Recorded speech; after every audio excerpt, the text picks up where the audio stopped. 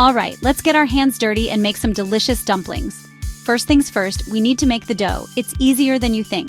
Grab a big bowl and put in some flour. Now, slowly add water to the flour. Mix it together with your hands. You want it to come together in a ball, but it's okay if it's a little rough around the edges. We call this shaggy dough. See? Easy peasy. Now sprinkle some flour on your countertop. That's to stop the dough from sticking. Plop the dough onto the floured surface.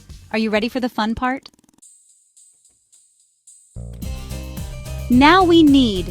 Push the dough down with the heel of your hand. Fold it over and give it another push. Keep doing this for about 10 minutes. You'll feel it change. It'll become smooth and a bit springy. That's what we want. Now shape the dough into a ball. Find a clean bowl and lightly coat it with oil. Place the dough ball inside and cover it with a damp cloth. We're letting it rest for 30 minutes. This gives the gluten a chance to relax. It'll make our dumplings super tender. While the dough is having a little nap, let's move on to the filling. The filling is where you can get really creative. You can use meat, seafood, or veggies. For this example, let's use ground pork. Grab a large bowl and toss in the ground pork. Now, add in your favorite finely chopped veggies.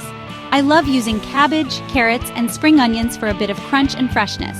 To boost the flavor, add in your favorite spices. Soy sauce, ginger, and garlic are classic choices that add a savory punch. Mix everything well with a spoon or your hands. Now let's move on to the dipping sauce while the dough finishes resting. Section 4. The art of the dipping sauce. No dumpling experience is complete without a killer dipping sauce.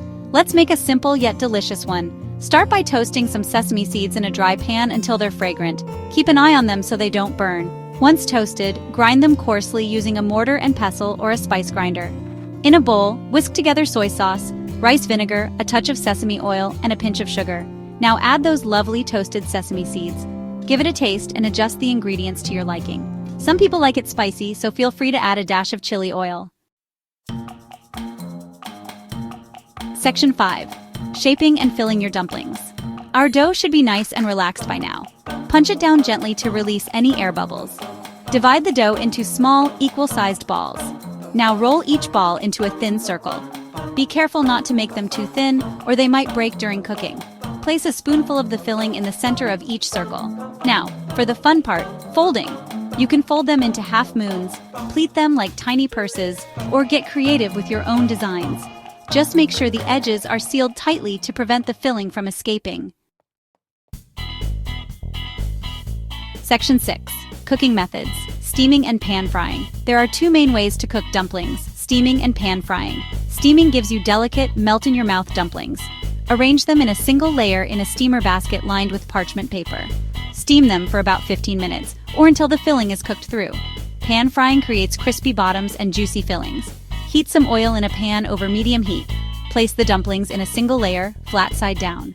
Cook for a few minutes until golden brown, then add a splash of water to the pan, cover, and steam for another 5 to 7 minutes. Section 7. Serving suggestions and storage tips. And there you have it, your very own homemade dumplings.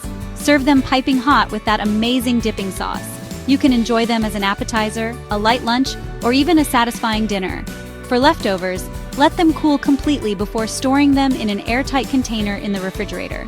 They'll last for a couple of days. You can reheat them by steaming or pan frying until heated through. Enjoy!